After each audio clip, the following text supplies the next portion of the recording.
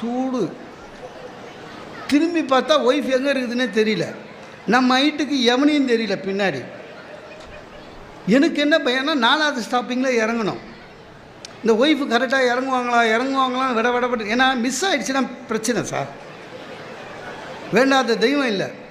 என் bus stopping வந்து இறங்குறேன்.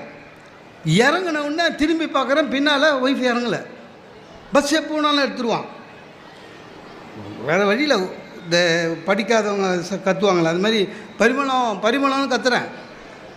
திடீர்னு உள்ளேருந்து ஒரு அம்மா எட்டி பார்த்து இன்னாங்க இருந்துச்சு. அது வேறு பரிமளம். அந்த பரிமளத்துக்கு பாருங்கள், அவங்க ஹஸ்பண்டு குரலும் என் குரலுக்கும் வித்தியாசம் தெரில. இன்னாங்க இருந்துச்சு. ஆக்சுவலாக நம்ம பரிமளத்தை விட அது பெட்டராக இருந்தது. அதுக்காக இறங்க சொல்ல முடியாதுல்ல. கட்சியாக நம்ம பரிமளம் இறங்கிடுச்சு.